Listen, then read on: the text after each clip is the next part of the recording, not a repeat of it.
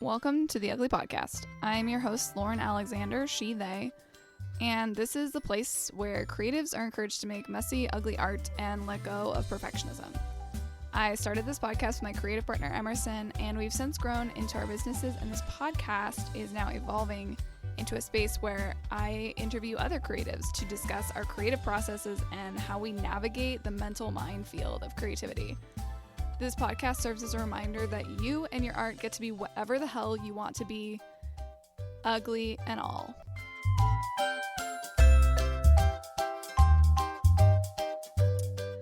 Hello and welcome back to the Ugly Podcast. I'm your host, Lauren Alexander, and my guest today is the host and producer of Novel Marathon, a companion podcast for writing the first draft of an 80,000-word novel over the course of a year. She's currently working on the first draft of her first novel, which is very bad, as it should be, her words, not mine, and a collection of personal essays. Her work has appeared in The Sun, Nightingale and Sparrow, Mason Street, Embryo Concepts, and Motherwell. You can find her on Twitter and Substack and Instagram at Novel Marathon. Welcome. Can you please just give us your name and your pronouns, please? Yeah, so I'm Alex, aka the Undercover Novelist. Pronouns are she, her. And I don't know if I have anything to add to the wonderful introduction. Thank you, Lauren. But yeah, I'm the host of Novel Marathon. I started it on a whim at the beginning of this year. It started being a podcast, but now it's also a Substack newsletter, same title, Novel Marathon, and that's me. Amazing. So tell me a little bit more about what made you. You said you started it on a whim, but what was the build up to it? I mean, so actually, to be honest, I was sort of curious about doing a podcast. And I'm just listening to a lot of podcasts, and I was wondering, whether I could come up with an idea. But the problem is also that, like most people that I'm sure listening to this, like anybody else, I'm very busy. And so I thought, well, what podcast could I do that actually aligns with other goals that I have? Mm-hmm. And, writing a novel is just something that has always been in the back of my mind. In 2021, I was more focused on publishing, some shorter pieces. You mentioned that some of those gotten published, Yeah. but there was always this idea of if you want to be a writer, you have to write a novel, which is probably wrong. Everybody who's listening, this is probably not true. But I don't know. I'm a little bit older, and I'm like, well, I should just try it. I should just attempt it. And if I make it a bad novel, then there's really no pressure, because Yeah. shouldn't anybody be able to write a bad novel? So you just set the bar really high, really low, not high, low. You set the bar really low. And then I thought, okay, I can do a podcast about that, because then it aligns with this other goal. So then the podcast is essentially my own, accountability mechanism for getting Yeah. writing done. Yeah, that's such a good idea. I like that you aligned it with your goals and like, no, I'm going to keep showing up and I'm going to keep offering what I learned to the people who want to listen. Mhm. It's a really generous and selfish way to do your work. Like, this is going to keep me. This is honestly, that's what helps me. I just started a writers group called the Writers Helm, and some of it is so much like I want to share what I have with other writers, and then a lot of it is, and you're all going to keep me accountable That's because I'm exactly really bad at keeping myself accountable. that's exactly it. It's public. And just to let everybody know, it's not going perfectly, but that's why we are on the Ugly podcast. We're not on the Perfection podcast. And Exactly. I'm a little bit behind, because writing a novel and doing a podcast and writing a newsletter and having a career and having a family turns out is a lot. Who So, knew? you know, such a surprise, shocking, really. But Truly. it's also not going terribly. It's just somewhere in the middle. And I sort of always have a plan of how I can catch up and how I'm going to get back on the horse. And I'm glad that I did it, and I plan to continue. Yeah. What can listeners expect if they go listen to the novel marathon? What should their process be? If they've never listened to it before, what would that process look like? And what could they expect for each Mhm. episode? So the novel marathon was actually based on One Year Novelist, has 52 chapters, one chapter per week, and it really breaks down, how to write a novel in a year. So I highly recommend it, by Ellen Lilly. So that's a good one. And I was looking for a name for my podcast, and I also was afraid of doing it on a weekly basis because that seemed like a really big commitment. So I was like, Mm-hmm. 2 weeks. Hmm. Yep. Half of that I is do the 26 same thing. miles. So 26 novel marathon. That works, Perfect. right? Yeah. So, and also this idea of writing as a marathon, sort of a steady jog as opposed to a short distance sprint. So what people can expect is, if you want to start fresh, you can just listen to episode one. It's on Spotify, it's on Apple. If you search for Novel Marathon, and then it's essentially a self directed class. So you could listen to a new episode on your own time every week or every 2 weeks, and then use that as a way to essentially structure a novel. And you don't really have to do a lot of additional reading, but I use the novel marathon to say, okay, this week we're reading such and such in Story Genius, or in Walter Mosley's book, This Year You Write Your Novel. So there's a little bit of assigned reading. And then I break it down, what's essentially in the readings and what some of the assignments are. So it's essentially talking you through writing a novel over the course of a year, over the course of 26 episodes. I also started a companion newsletter, and you can sign up for that, novelmarathon.com, or on Substack, novelmarathon.substack.com. And that's just for people who like to read instead of listen to a podcast. So a lot of the content is the same. If you sign up for that, also, you don't have to remember to listen to the podcast. You just get it in your inbox. And it's meant to be a companion for writers. It is loosely structured around the progress of a novel. So right now we're on mile 16 as we're recording this. By the time this comes out, we're probably going to be around mile 20, Mm-hmm. because the marathon is coming to an end by, December Home 31st. stretch. Home stretch, exactly. Um, and then the other thing that people can expect is, if they sign up for the newsletter or the podcast, it's just going to restart in January. So new year, new luck, new book, Yeah. uh, and we'll do it again. And we will probably write another bad novel, just slightly better than the other one. Excellent. I love that. So, how much had you written before you started? Because you attempted NaNoWriMo in 2021, right? I Is that actually was that when you did it? attempted NaNoWriMo a really long time ago. I think it was actually when NaNoWriMo first started in Oh, the okay. early aughts. And I was at an entry level job. The colleague next to me, in the cubicle next to me, told me about NaNoWriMo, and she did it. And then I think not that year, but the following year, I was attempting it. So this is probably 15 years ago at least. Okay. And it didn't really go very well because I just can't write 1,600 words a day. Everybody who's out there, if you're doing it, you have my greatest admiration. My colleague Truly. in the cubicle next to me, she would do things where she would fall behind, and then she would just knock out 10,000 words on a Saturday. Wow. But that is just not me. And then actually, if you want to know about my sort of my relationship to writing, I took a bunch of writing classes. I was always looking for, extension classes. I was taking some UCLA extension classes. And then I took some private writing workshop classes. And I also gravitated, towards memoir for a while, and more creative nonfiction. And then as I took more of these classes, I also learned that in a way, there's a lot of nonfiction and fiction, meaning that people obviously use the material of their lives and their experiences, and then they Right. change Yeah. a couple of details and call it fiction.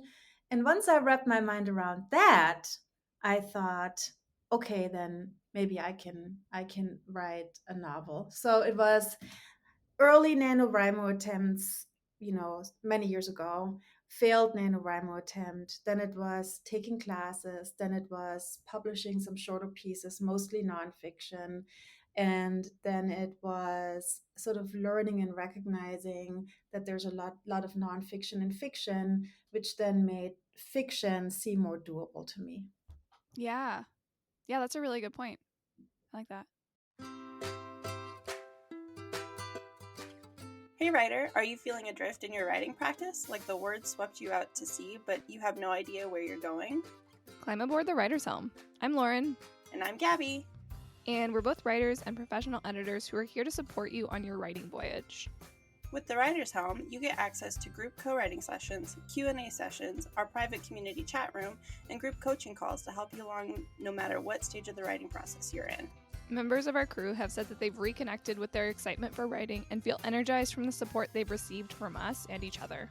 You can sign up for the Writer's Helm at any time, which comes with a 1-week free trial to make sure that we're the right crew for you. And if you sign up now during NaNoWriMo, use the code YOHO22 to lock in a forever rate of $37 a month. That's a monthly discount of $10.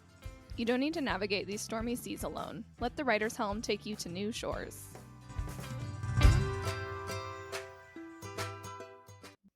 Was there something specific that helped you realize that your first book could just be bad? Did you have a mentor, or you read something, or what kind of rang true to you where you're like, I'm going to write a book, but it's going to be bad and I'm going to make it bad on purpose so it's out there and it's terrible? So, a few years ago, there's this book that came out, Mindset by Carol Dweck. And the idea is that you can either have a growth mindset or you can have a fixed mindset. And so the fixed mindset would be if somebody says, well, I'm just not a math person, Mm-hmm. like it's just not me, or I'm just not an artistic person, Mm-hmm. or I'm just not a creative person. And ironically, I was always very good at school, but if you're very good at school, there's also this idea of, well, you either have it or you don't have it.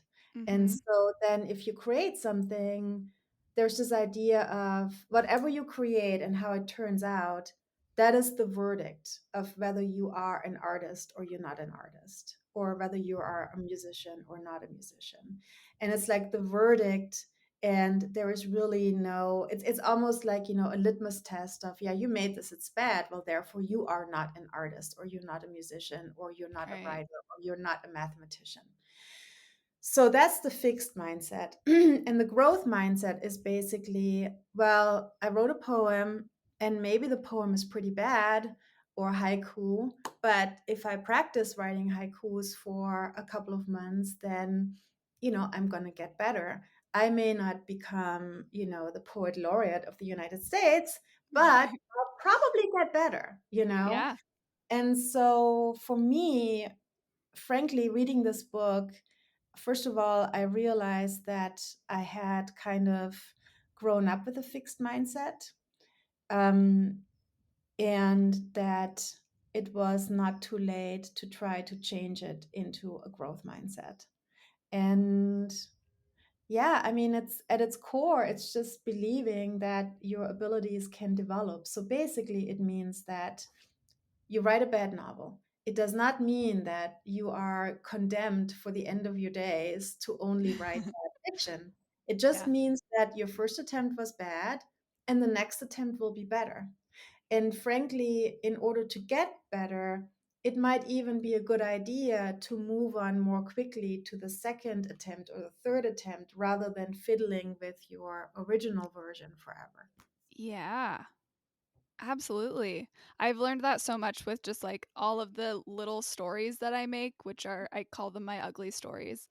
Hmm. And they're just these short, really dumb stories, usually about inanimate objects in my house. But each time they might be terrible and I don't want to share them with people, but each time I can notice at least one thing that I did better that time. Like, Hmm. oh, I used this really cool description this time that I didn't think to use last time, or I think I showed motion really well in this one, whereas I haven't quite figured that out in the past. And each time there's just like a little thing that gets a little bit better. Yeah. Yeah. Same with writing dialogue. You Hmm. can't. So my current goal is essentially writing 5 times a week around 500 words. So Hmm. I can sort of goof off on a Wednesday and a Friday, and I can catch up on the weekend. Obviously, I think these goals that you set yourselves are obviously very personal, but even just writing regularly, you're noticing that formatting dialogue, writing dialogue just becomes easier because you've done it every day for, Yeah. even if it's just for 45 minutes a day. Yeah, absolutely. Have you read Bird by Bird by Anne Lamott? I read it. I mean, I read it kind of a long time ago, but I read it. I read so many writing books. I read Yeah. Stephen King on writing. I did also Bird by Bird. I did the morning pages. Hmm. you know, clearly I've been sort of trying to crack the code on writing for a really, really long time. Do you think you've cracked it? No, I haven't cracked it. No, but I have accepted that trying is better than not doing it. And I've also accepted that, it's like not writing is not an option for me. Hmm. And I don't mean that dramatically in that I'm such an artist, it's like breathing air. I have to write, but it's like I don't really foresee a world where I'm not going to attempt to write stories or, nonfiction pieces.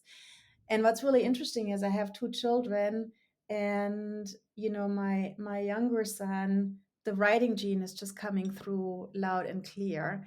Oh yeah. And I haven't done anything different or special, but he's just filling notebooks. He's sitting in the garden with a notebook, writing his story. Oh, that's so In, great. in his self description, he's like, I live in a small house and I write stories. And I guess what I'm telling you is that at some point you just have to accept that it's part of you, and then you know you can sort of either look at this ability and say, oh, it's not perfect, or you can look at it and say, well, it's just part of who I am, so I might as well just try. Yeah, exactly. Exactly. What I was going to say about Bird by Bird was the first time that I heard about the shitty first draft. Mm-hmm. Um, and that was where I was like, oh, all writers do this. I mean, sure, there's some people who are geniuses and can crank out a story that's amazing, but the majority of writers, it takes a few shitty first drafts to find that story. Yep. Um, yeah. 100%. I forget, I have to just look that up real quick, but Mary Carr, of the Liars Club, the memoir, The Liars Club, she also has a writing book out, which I really enjoyed. I read it maybe 2 years ago. And she talks about it's called The Art of Memoir. Hmm. And she talks a lot about how that she's really good at rewriting. She's, essentially not giving up, and she will Hmm. just go at it, um and just, write a second draft, a third draft, a fourth draft. She really goes into detail sort of in like how extensive her redrafting really is. So it's clear that what you're reading by her is not what first came out of the Yeah. first came out of the computer or the pen. Yeah. And I try to encourage writers about this too, because as an editor, I see what comes to me, and I Mhm. know that I'm usually towards the end of the process, that's already been through developmental editors. But even still, there are still parts that, like, as coming in without having read it, without knowing all of it, there's still parts that other editors missed, that the author missed. It's just so hard to communicate everything that you have imagined in this story to Mhm. a large audience of readers, and it's okay. Like, Mhm. that's okay and it's normal. So as I'm giving edits, I'm always like, this is awesome and I want to know more. Mhm. So as not to make the writers feel like, oh, I did something badly. It's like, no, you didn't. You wrote this whole book and it's so good. And it needs a little more, you know? Yeah. Yeah. Yeah. I mean, here's what I will also say about this. If you have thoughts about being a writer, um, also, Ira Glass actually has some good quotes about this because he basically says when you're starting out, and in his case, he was, making radio pieces and Mm-hmm. audio pieces. And in the beginning, your ability in terms of what you're able to create and your taste, Mm-hmm. there's a gap between it because if you have good taste, you know that what you're listening to is not perfect yet or is not at the highest level that you may be capable of. And sometimes for a lot of people, that discrepancy between comparing it to a novel that they really love or a piece of art that they really love and what they're able to create in this given moment, that's enough for people to give up. Yeah. But the goal of making art is sort of to realize that it really takes a lot of practice and revision and second attempts and third attempts and fourth attempts in order to close that gap over time. And maybe one way of doing that is to say, okay, so maybe this is not yet what I want to make of that story, but have some belief that you can shape it over time. And you know what? There's no arbitrary cutoff. You can come back to this as often as you want Mm-hmm. until you are happy with it. Yep, exactly. So how have you grown both as a person, as a writer, from when you decided to start Novel Marathon to now? I mean, I think that my biggest hesitation actually of starting the podcast and the newsletter was that I was afraid what would happen if I can't keep up the pace. And Mm-hmm. there have been, some weeks when I didn't publish episodes and when I fell behind. So the biggest thing that I learned or how I changed is just humility and Mm-hmm. forgiving myself. And you know, I talk a good game when it comes to having a growth mindset, but it doesn't mean that I'm not my own harshest judge like many other people. Absolutely. So I think that, but it's just an exercise in humility, and you can't do everything. So for me, that was a big learning, that I just, if I didn't get an episode published because I was sick or life got in the way, then I just have to do it later. Um, what else did I learn? I mean, I also understood the books that I'm using as the basis for Novel Marathon. So I'm using The One Year Novelist by Ellen Lilly, and I'm using Story Genius by Lisa Cron, and This Year You Write Your Novel by Walter Mosley. Those three books, I kind of digested them and understood them on a much deeper level, because it's one thing to read something, and it's another thing to read something with an eye towards actually trying to teach it, essentially. Yeah. So, that's something that's a saying, that I've heard before and I taught before, where if you really want to learn something, teach a class on it. And that proved to be true as well. So just for my own benefit, I learned the principles of story genius, I think, at a deeper level this way.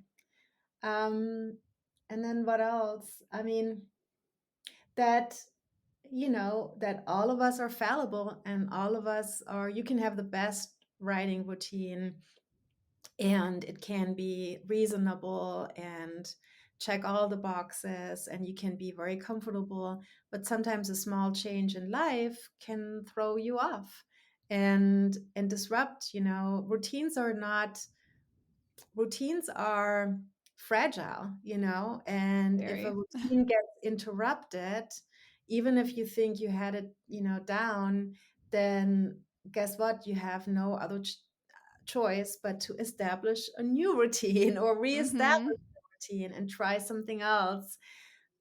So, for example, in my case, if I don't get writing done in the morning, it's not, it doesn't mean that I can't get it done at all, but the chances of it happening have just dramatically decreased.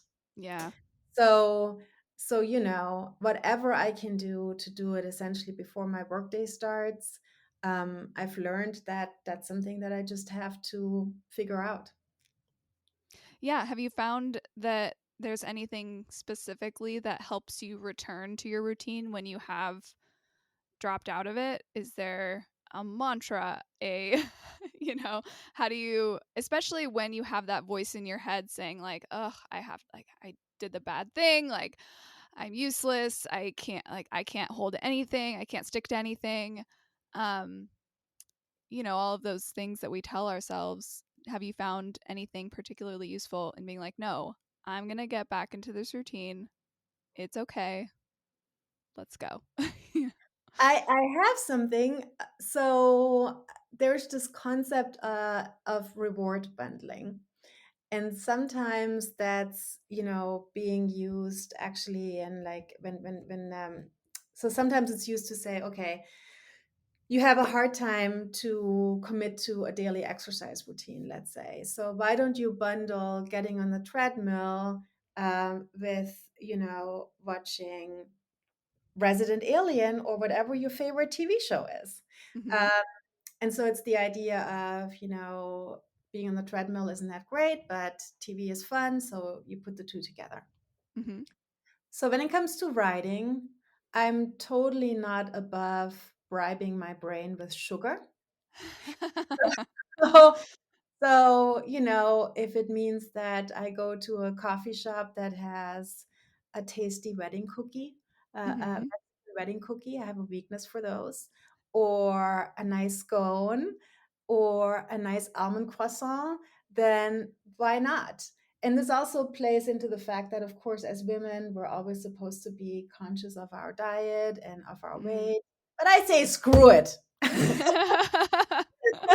Good. I guess what I'm really saying is that you can't always be perfect, and if writing is important, then why not reward yourself? Mhm. It's a little bit Pavlovian, but it actually works. And if that what makes your morning enjoyable, to have a little latte and something sweet, and whatever it takes, whatever makes you happy is my attitude. Yeah, absolutely. And it varies so much person to person, like what's going to work.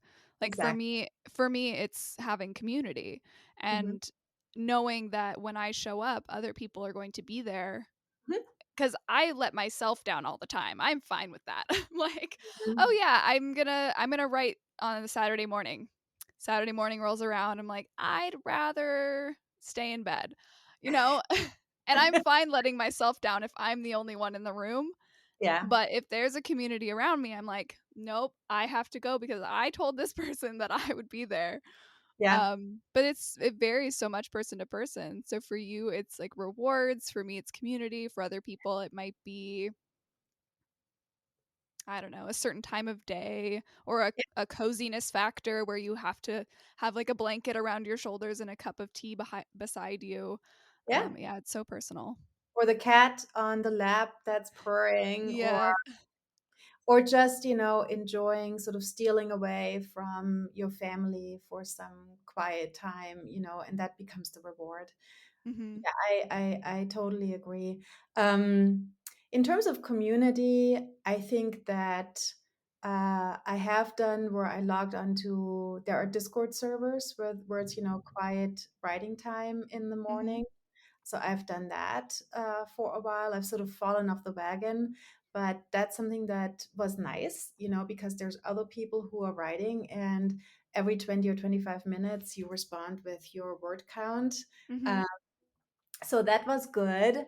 And I also, recently discovered some Twitter hashtags. There's one called s'more words, s'more, like, what you eat at the campfire Uh-huh.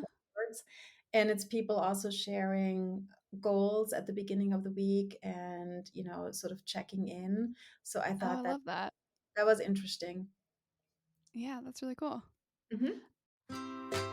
We have this idea that everything we do has to be good or have value. This belief leads us to burnout. It can hold us back from creating altogether. But in my Ugly Art 101 course, I break down these restricted beliefs and lead you through exercises that intentionally subvert perfectionism and bring playfulness back into your creative process. You can get the first day absolutely free by going to my website, scribeandsunshine.com, and signing up on the homepage. Join me in my weird, ugly art revolution. Back to the show.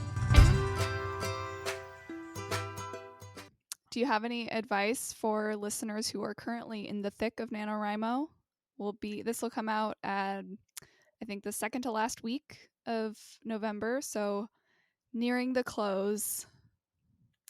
The second to last week of November would also be Thanksgiving. True. So Yeah. I guess what I would say is, if the format is working for you, and the people who are listening to this and who are doing NaNoWriMo, by the third week, if you're still managing to crank out 1,600 words a day, and if it's working, then from my vantage point, I can only say, you go, and I cheer you on, and you're gonna make it, and you're going to finish, and it's going to be awesome. If you are one of the people who is struggling at this point and maybe isn't able to keep up with the word count, do not use that as a fake reason to say that you're not a writer. It just Mm, means that this very particular way of writing a novel isn't working for you. It doesn't mean anything else. And there's yes. tons of people who start and who don't finish. And no, you're not a failure. This is just not working for you. It's just a tool. If it's not working for you, there are other tools. You can come over to me and write a novel with me at novelmarathon.com. You can buy this book by Ellen Lilly, the one-year novelist that I'm not associated with, but hey, it's a good one. There's so many different ways of doing this. So don't be discouraged if this one specific particular way isn't checking all the boxes for you. Mm, yeah, that's great advice. I did try NaNoWriMo sort of one time. I thought I would. I didn't do any prep. It was just like, oh, it's November 1st. Sure, I'm going to dive into this. And I think I got 3 days in and I was like, no. Yeah, I don't blame you. It's a little bit like I have a colleague who is trying to quit smoking, and it was also a little bit on a whim. He's like, yeah, it's whatever.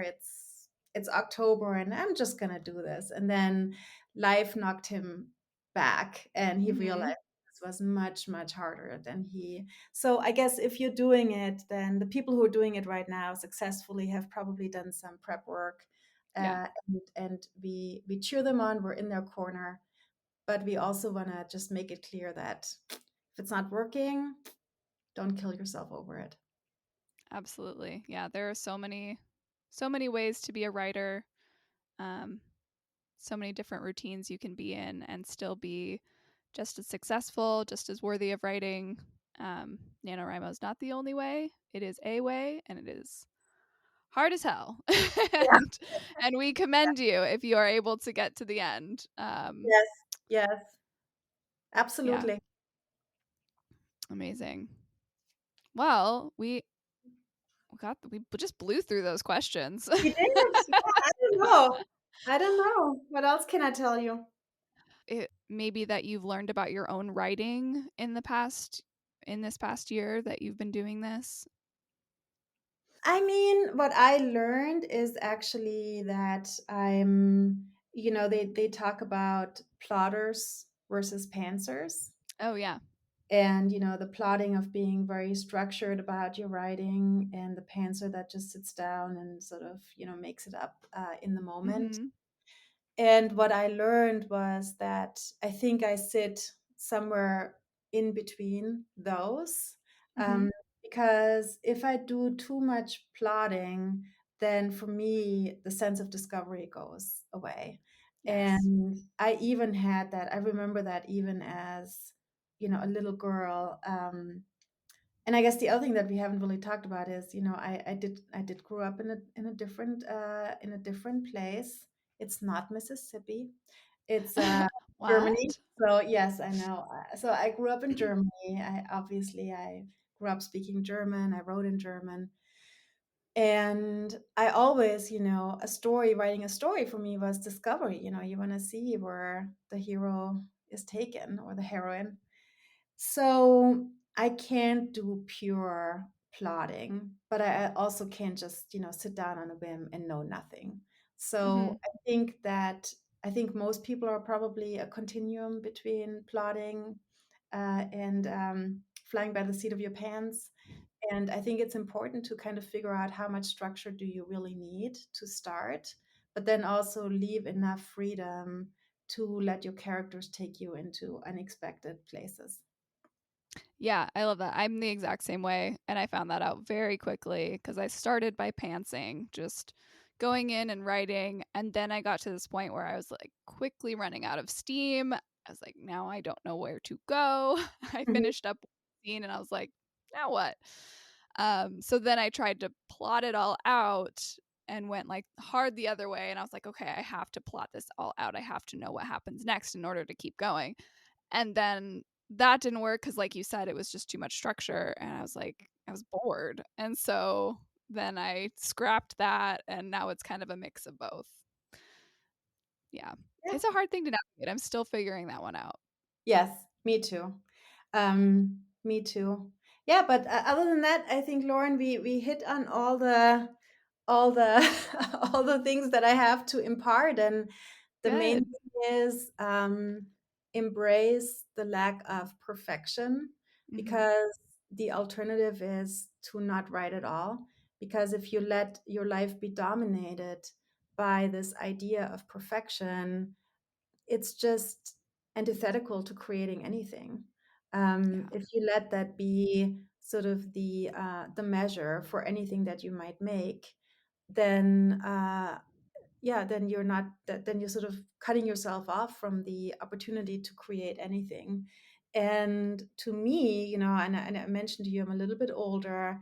That is not an option. I Mm-hmm. don't want to go through life thinking about the books that I could have written and the art that I could have made. I want to make it, and if it's bad, so be it. But I'd rather do it this way than not do it at all and then have some regrets. That's sort of a little bit melodramatic, but that's totally and honestly how I feel. And that's, at the end of the day, that's the engine for keeping going. I think so. I don't think it's melodramatic at all. We only have this one life. If anything, be melodramatic about only having one life to live. So, Exactly. Yes, indeed. Indeed. oh, wonderful. Thank you so much for. Oh, wait, we're not done. What is something ugly you've made this week? Oh, How can I something. forget how to close my own podcast? Oh, something ugly that I've made this week. I mean, I'm sure I've made so many ugly paragraphs. I wonder if there's anything more tangible. Um, I mean, I'm making my own kombucha and it looks pretty ugly, but it tastes actually pretty good. That's So, good. Better than looking pretty and tasting bad. oh, you know what, girl? Oh, great. I just had my monthly Come As You Art last night, and it was the Halloween edition. And I made this. What I did was I listed off a bunch of phobias that are kind of lesser known phobias, and then we all picked one and then created our own monsters. So mine was I chose beards. And so I made this wild beard monster, and then I started to lose steam, and I was like, what can I add to this? And I gave it teeth. So then there were a bunch of teeth like sticking out of the Uh-oh. gnarled beard. It was very weird. And then I gave it a backstory, and It was wild. It was pretty great. I love it. I love it. The toothy, beardy Grinch. Yep, yeah. I named it Bristle Juice after Beetlejuice, but for beards. I like it. I Uh, like it.